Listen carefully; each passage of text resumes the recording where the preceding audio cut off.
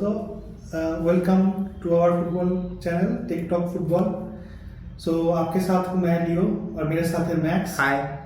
सो हम लोग डिस्कस करेंगे फुटबॉल का सारा कुछ इंफॉर्मेशन, लाइक फुटबॉल का डेटा, कैसे फुटबॉल खेला जाता है, कैसे मतलब on the pitch, of the pitch, football के प्लेयर्स के बारे में। सो ये है basically will be discussing first about EPL, क्योंकि ईपीएल है सबसे ज्यादा देखा जाता है इन इंडिया। और ईपीएल डिस्कस करने के लिए हम लोग पहले ले रहे हैं मैनचेस्टर यूनाइटेड। सो मैनचेस्टर यूनाइटेड, क्योंकि मैनचेस्टर यूनाइटेड है सबसे ज्यादा मतलब सक्सेसफुल क्लब्स टिल टुडे। तो अभी उनके अच्छा नहीं चल रहा, but till 2013 they have won 20 EPL, right? So let's start. Okay, so Manchester United, पहले कुछ थोड़ा सा मैं मैनचेस्टर यूनाइटेड की थोड़ा हिस्ट्री देना चाहता हूँ, क्योंकि अभी रिसेंट पास्ट में उनका उतना सक्सेस है नहीं। तो जो लेट 2015 के बाद जो लोग फुटबॉल देखना स्टार्ट किए, उनके लिए शायद Manchester United is not that much big, but yes, Manchester United is the most decorated club in world football.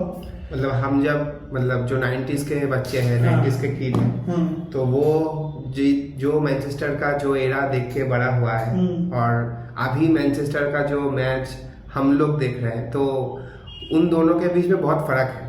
हाँ, और मैनचेस्टर यूनाइटेड का सबसे ज्यादा जो जीता गया ईपीएल है वो अंडर एलेक्स फर्गुसन। हाँ, तो Alex Ferguson left Manchester United the year of 2013, I guess 2013। So after 2013 Manchester United has not played that well. बहुत कोच भी चेंज हुआ उसके बाद, कोचेस भी चेंज हुआ है, एंड मतलब वो तो होना ही था, क्योंकि Manchester Alex Ferguson was there for more than 24 years, I guess 24 years. मतलब but after that they could not find the right man for the right job. So शायद डेविड मॉयस, लुई वैन, मतलब उसके बाद जितना सारा कोच आया है वो परफॉर्मेंस किया है। उस टाइम भी खराब परफॉर्मेंस बोल नहीं सकते, मगर वो उसके बाद एलेक्स फर्गुसन जाने के बाद एक भी लीग नहीं जीता। ट्रॉफी जीता है, यूरोपा लीग जीता है, ट्रॉफी बीच में जीता है, कप जीता है, मगर लीग अभी भी अधूरा है। जब फर्गुसन ने लास्ट दिया था उसके बाद अभी भी कितना सारा कोच चेंज हुआ है। अभी 6 to 7 कोचेस चेंज हुआ, उसके बाद भी कोई result in terms of EPL वो आया नहीं अभी तक। बीच में ट्रॉफी तो जीत जाता है, जैसे कि लास्ट टाइम एफए कप जीता एरिक टेन हैग के अंडर, कैराबा कप भी जीता लास्ट ईयर। तो बीच में, बट अगर आप ईपीएल ट्रॉफी के कॉन्टेस्ट में बात करेंगे तो it was not that successful. और चैंपियंस लीग, और आफ्टर चैंपियंस लीग भी शायद 2008-9 में जीता था लास्ट, चेल्सी को हरा पेनल्टी शूटआउट में। तो after that it is not that good. और एक बात है कि पेप आने के बाद पूरा प्रीमियर लीग का कॉन्टेक्स्ट ही चेंज हो चुका है। अभी पेप वर्सेस पूरा 19 टीम ऐसा हो गया है। अभी प्रीमियर लीग में किसी को नहीं पता कि how to beat Pep across the 38 games in Premier League. तो वो चीट कोड अभी है नहीं किसी के पास।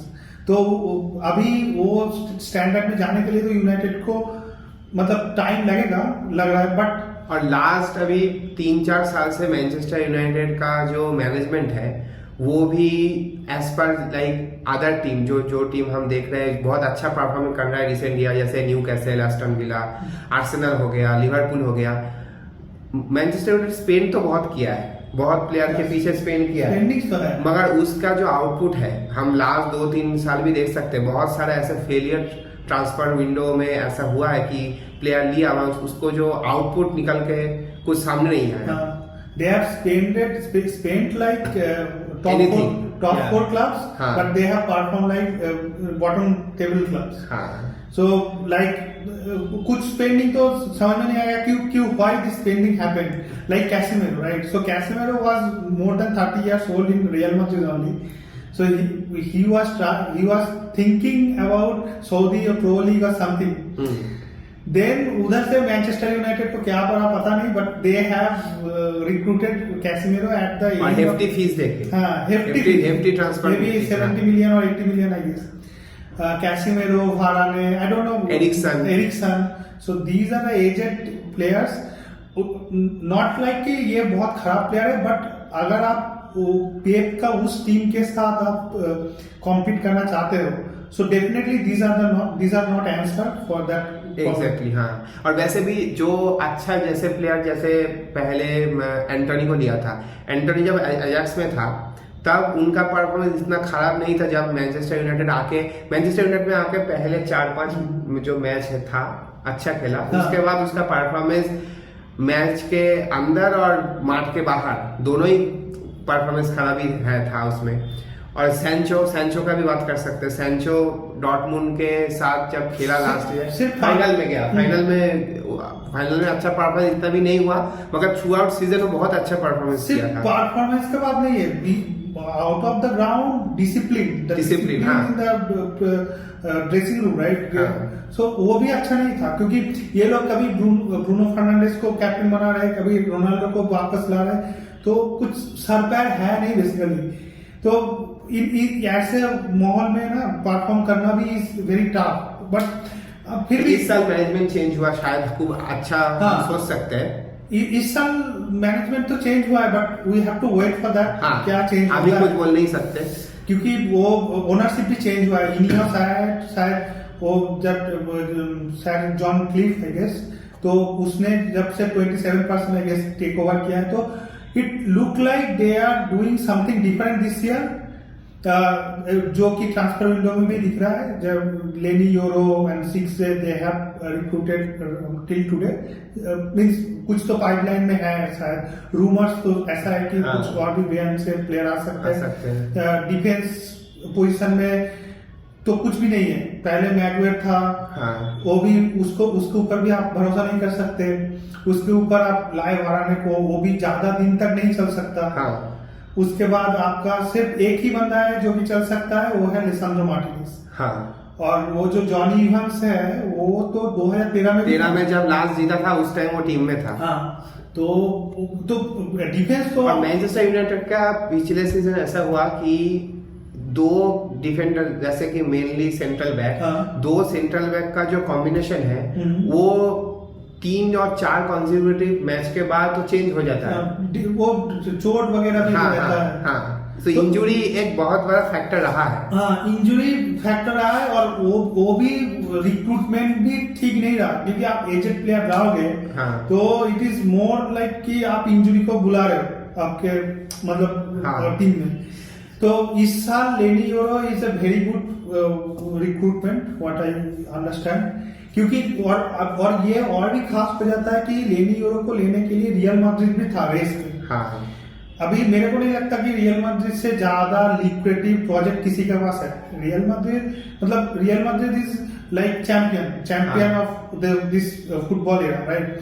So apart from man city, I don't think real Madrid को कोई आज के डेट में मतलब ऑन पेपर तो बीट नहीं करता.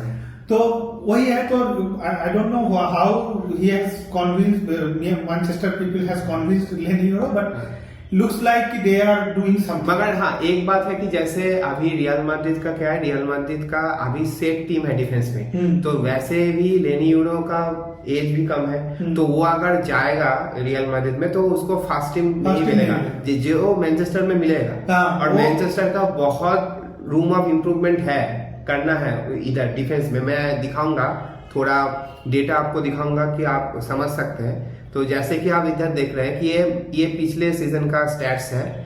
ये मैनचेस्टर यूनाइटेड के साथ जो बाकी टीम का जो डिफरेंस है, सो ये डिफरेंस आप पहले दे सकते हैं. Progressive pass comparison.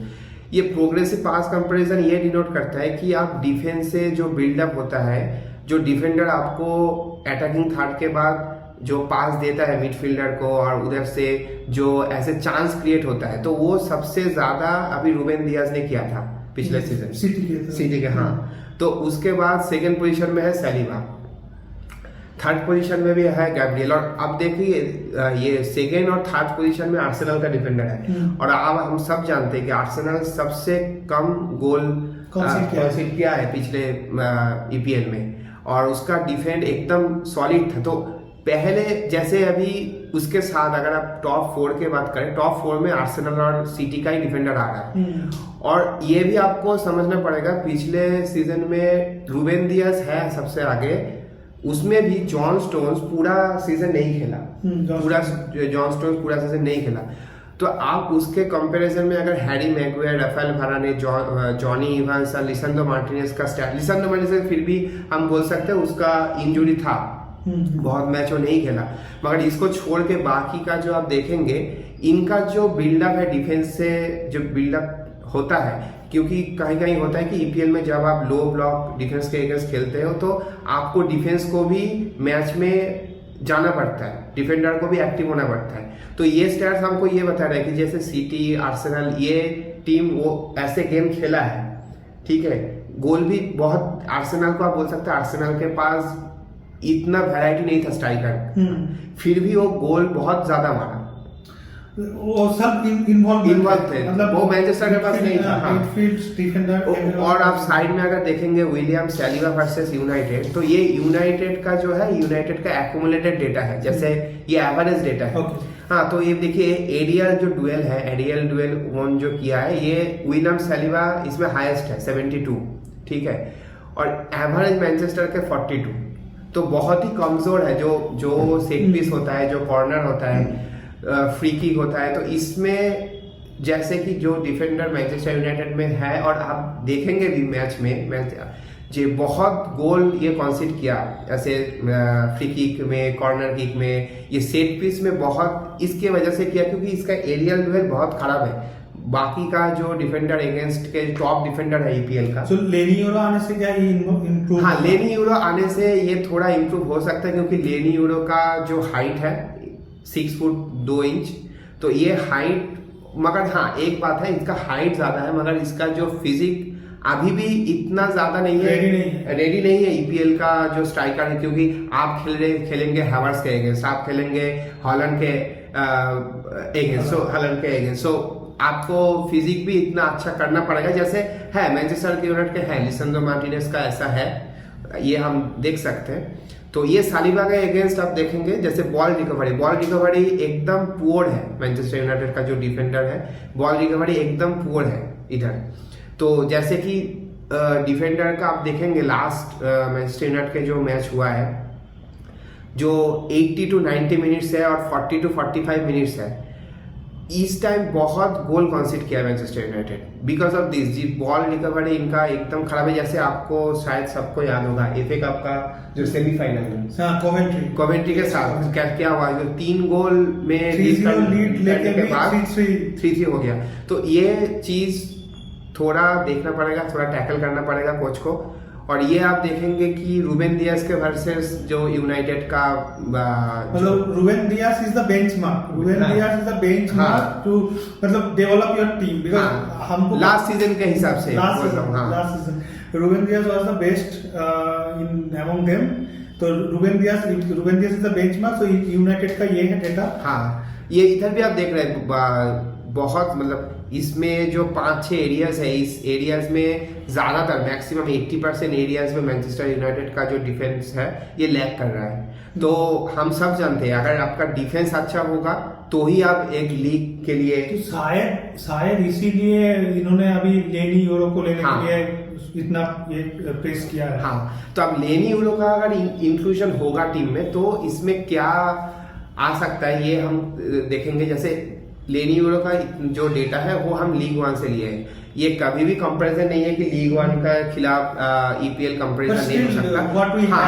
What we have, सो ये हम देख सकते हैं कि लेनी यूरो का जो इधर जो डेटा है अगेंस्ट विलियम सैलिबा, रूबेन दियास और बाकी दोनों मैनचेस्टर यूनाइटेड के प्लेयर्स बहुत लगभग करीब है। चैलेंजेस के मुकाबले आप देखेंगे सबसे इंप्रेसिव जो आप एक देखेंगे आप, ये टैकल जोन का जो परसेंटेज है लेनी यूरो का, ये बहुत अच्छा है। अगर आप विलियम सैलिबा, रूबेन दियास का देखेंगे इनके हिसाब से ये बहुत अच्छा है। एक आप 18 ईयर्स ओल्ड डिफेंडर के हिसाब से इसको बहुत सीखना है, बहुत मैच्योर होगा। तो अभी ये देख सकते हैं हम कि ये जो टैकल जोन जो है ये बहुत अच्छा है। डिफेंसिव थर्ड जो एक कंप्लीट डिफेंडर का एक जो मेन पार्ट होता है वो डिफेंसिव थर्ड में कैसे टैकल करता है, कैसे अटैक को ब्लॉक करता है। और सबसे अच्छा बात है कि as the age is less, तो एज लेस होने की वजह से लिसांड्रो मार्टिनेज और डेनी ओरो सब आपको मिल जाएगा एक यंग डिफेंसिव, दोनों को कॉम्प्लीमेंट करेगा। मतलब एक यंग डिफेंसिव आपको ब्लॉक मिल जाएगा जो कि आपको लंबी रेस के लिए चल सकता है, जो कि मतलब जॉन इवांस नहीं है, जो कि आपको 2 मैच चला, तीसरे मैच में आपको उसको लिगामेंट में हो सकता है। ये नहीं होगा, क्योंकि आपको ये याद रखना पड़ेगा विलियम सैलिबा 38 मैच आर्सेनल के स्टार्टर पोजीशन में था। तो वही प्रॉब्लम हो सकता है बोल के इन्होंने आर्सेनल ने कैलाफियोरी को लिया है कि अगर गैब्रियल और सलीबा में कुछ प्रॉब्लम हो जाए तो at least we should field someone who can play the central back role. और आप जो दूसरा जो साइनिंग है उसके बारे में क्या ख्याल है? जिग्जे, और दूसरा जो वो भी जिग्जी का मैं बोल रहा हूँ। जिग्जी का जो अभी इंक्लूजन हुआ है मैनचेस्टर यूनाइटेड का, तो इसमें क्या इम्पैक्ट होगा? जिग्जे मतलब यूनाइटेड का एक प्रॉब्लम था कि ये लोग जो रॉसमस हॉयलैंड को लिया है, इन्होंने बेसिकली सोचा होगा कि target man, as a target man Haaland की तरह, but target man will not work every time. मतलब हालांड भी कुछ मैच में ना काम नहीं करता। तो इनके पास बॉल देने के लिए, बॉल सप्लाई करने के लिए बंदा एक ही ब्रूनो फर्नांडिस। अब ब्रूनो फर्नांडिस और हॉयलैंड के बीच में ना इनको कोई कनेक्टर चाहिए था। तो ये जिग्जी इसको कॉम्प्लीमेंट करेगा। जिग्जी का क्या है, यंग है, हाइट अच्छा है, फिजिकल प्रेजेंस अच्छा है, और थोड़ा ना वो मतलब street smart kind of footballer है, जो थोड़ा अनप्रेडिक्टेबिलिटी लाता है। अनप्रेडिक्टेबल है, थोड़ा स्पीड है। तो और अच्छा परफॉर्मेंस भी है। बोलोनिया का लास्ट जो चैंपियंस लीग अभी बहुत टाइम के बाद चैंपियंस लीग क्वालिफाई किया है, तो उसमें उसका अच्छा खासा कंट्रीब्यूशन है। और ये है कि उसका जो मतलब वो जो इसमें था, क्या बोलते उसको, ट्रेनिंग के लिए एकेडमी है, he was from I guess from Bayern Munich, मतलब not academy but he was somewhere Bayern Munich में था। तो क्वालिटी है बंदे में। अब अगर उसको प्रॉपरली यूटिलाइज करना है तो मे बी ब्रूनो को अच्छा खेलना पड़ेगा।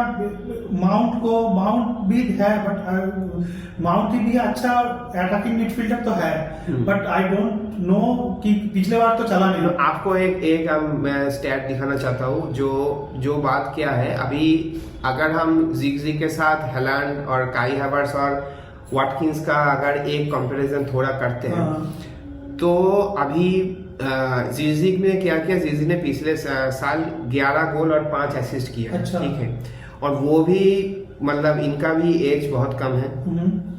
और बोलोनिया को मतलब ये 22 साल बाद ये मतलब यूरोप में चैंपियंस लीग में एंट्री लिया है, 22 साल बाद। ठीक है, और अब फाइनल मैच जो इटालियन कप का जो फाइनल मैच था उसमें भी उसका परफॉर्मेंस लाजवाब था। तो इनका एक जो मैं हाईलाइट करना चाहता हूँ, ये वाला जो पास कंप्लीशन, आप देखेंगे पास कंप्लीशन ये ऐसा अटैकर है जो आप बोल रहे थे कि जैसे मैनचेस्टर यूनाइटेड में पास देने का जो बंदा वो बहुत ही कम है, फॉरवर्ड पास देने, इसमें ये फिट करेगा। क्योंकि अगर 2 स्ट्राइकर या शैडो स्ट्राइकर में इसको खिलाएंगे तो शायद मैनचेस्टर यूनाइटेड में विंग में भी खेल सकता है, बहुत फायदा है। क्योंकि इसका देखिए आप पास कंप्लीशन ये टोटल है जो 710।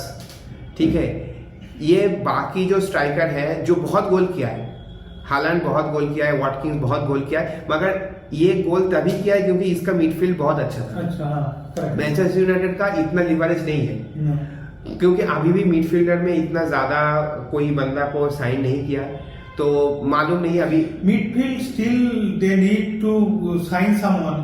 मतलब मिडफील्ड में हम लोगों को अभी भी लग रहा है कि थोड़ा सा तो मतलब प्रॉब्लम है। वो एरिक्सन और आप कोबी माइनो बहुत छोटा है। मगर कोबी माइनो का एक स्टैट मैं दिखाना चाहता हूँ। कोबी माइनो का जो अभी अगर मैनचेस्टर यूनाइटेड का मैच देखेंगे कोबी माइनो का इंक्लूशन होने के बाद, और कोबी माइनो यूरो में भी बहुत शानदार परफॉर्मेंस था उनका, तो कोबी माइनो का अभी इंक्लूशन होने के बाद टीम में थोड़ा परफॉर्मेंस इंप्रूवमेंट हुआ है, ठीक है। जैसे आप अगर देखेंगे इधर, कोबी माइनो 24 मैच खेला मैनचेस्टर के साथ, तो उसका जो शॉट ऑन टारगेट है ये बहुत इंप्रेसिव है। अगर आप बाकी प्लेयर को देखेंगे, जैसे रॉड्री इधर एक बेंचमार्क है, क्योंकि Rodri one of the best अभी होल्डिंग मिडफील्डर है। अभी सिर्फ ईपीएल का नहीं बोल सकते, अभी टोटल यूरोप और टोटल अभी वर्ल्ड के हिसाब से ही बोल सकते, तो Rodri one of the best अभी डिफेंसिव मिडफील्डर, होल्डिंग मिडफील्डर है। तो रॉड्री के हिसाब से भी शॉट्स ऑन टारगेट, क्योंकि ये थोड़ा अटैकिंग में ज्यादा इनका एज भी कम है, तो ये शॉट ऑन टारगेट आप देखिए 45.5% है इसका। और पास कंप्लीशन भी इन कंपेयर टू रॉड्री और डेक्लन राइस और कैशेमीरो इनका खराब नहीं है, 86.2, whereas अभी पास कंप्लीशन रॉड्री का है 92% और डेक्लन राइस का 88.9%, ठीक है। शॉर्ट पास भी इसका है 90.3%, रॉड्री का 94 एंड डेक्लन राइस का 92। तो बाकी जितना एक ही जगह में ये थोड़ा कम है, क्योंकि इसका लॉन्ग पास का रॉड्री का 84.8% है। तो बाकी का जो सेक्टर है, जैसे पास कंप्लीशन, शॉर्ट पास, मीडियम पास और शॉर्ट ऑन टारगेट, ये कोबी माइनो का बहुत अच्छा है। कोबी माइनो क्या है, कोबी माइनो का अगर आप इंक्लूशन देखेंगे मैनचेस्टर यूनाइटेड की टीम में, वो आने के बाद मैनचेस्टर यूनाइटेड को जैसे ब्रूनो फर्नांडिस के थोड़ा स्पेस मिला है ना, थोड़ा स्पेस उनको मिला है। एक्चुअली जब प्रॉब्लम क्या था ना, वो कैसिमिरो और एरिक्सन, हाँ, दोनों ही बहुत एजेड है। हाँ, तो पहला 15-20 minute, 30 minute till 60 to 70 minute also is okay, लेकिन उसके बाद अगर लंबा खींचता है तो कोई मैच, सोचो कि नॉकआउट मैच है जो 100 मिनट के बाद भी चल रहा है, तो ऐसे मैच के लिए तो मैनचेस्टर यूनाइटेड का midfield was not fit at all. तो कोबी माइनो इज गुड, ये शायद इससे है ना, वो उनका एकेडमी से, हाँ, और दे हैव बॉट, हाँ, आई थिंक वो एकेडमी से है, हाँ। तो ये अच्छा है मिडफील्ड में, but still I think they need some more legs, young legs midfield. मगर ये मैं कंक्लूड में ये बोल सकता हूँ कि ये जो दोनों साइनिंग हुआ है, मेरे हिसाब से बहुत टैक्टिकल साइनिंग है, अच्छा साइनिंग है। ये अगर परफॉर्मेंस अच्छा करेंगे, जितना परफॉर्मेंस ये पिछले इनका टीम में किया है, उनका परफॉर्मेंस, क्योंकि मैनचेस्टर यूनाइटेड बड़ा टीम है, एक्सपेक्टेशन ज्यादा होगा, सपोर्टर का एक्सपेक्टेशन ज्यादा होगा, इन्वेस्टर का एक्सपेक्टेशन ज्यादा होगा, तो उसके हिसाब से अगर ये परफॉर्मेंस करेंगे तो मैनचेस्टर यूनाइटेड का इस ईपीएल में बहुत अच्छा चांस है कि ये टॉप 4 में रहेंगे। अब देखना पड़ेगा कि आने वाले जो ट्रांसफर विंडो का अभी भी अगस्त तक है, हाँ, तो उनमें ये लोग कितना रीइंफोर्समेंट कर सकते हैं अपने मिडफील्ड और डिफेंस को। exactly. क्योंकि स्ट्राइकिंग में मुझे लग रहा है कि सही है, क्योंकि रैशफोर्ड है, हाँ, और रास्मुस हॉयलैंड है, हाँ, और ये जिग्जे है, हाँ, तो मोस्टली सॉर्टेड स्ट्राइकिंग लाइन, हाँ, मिडफील्ड और डिफेंस है मेन प्रॉब्लम। हाँ, साइड बैक भी आई थिंक वो इनको लुक्सॉ वो चलता है, मतलब अच्छा तो प्लेयर है, बट लेफ्ट में भी शायद उनको प्लेयर चाहिए होगा, और मिडफील्ड तो जरूरी है, मिडफील्ड जरूरी है, हाँ।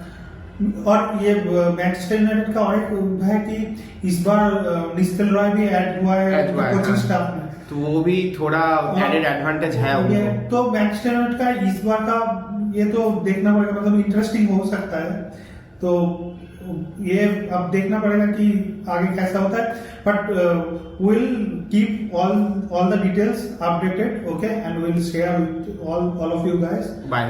Okay, thanks, bye.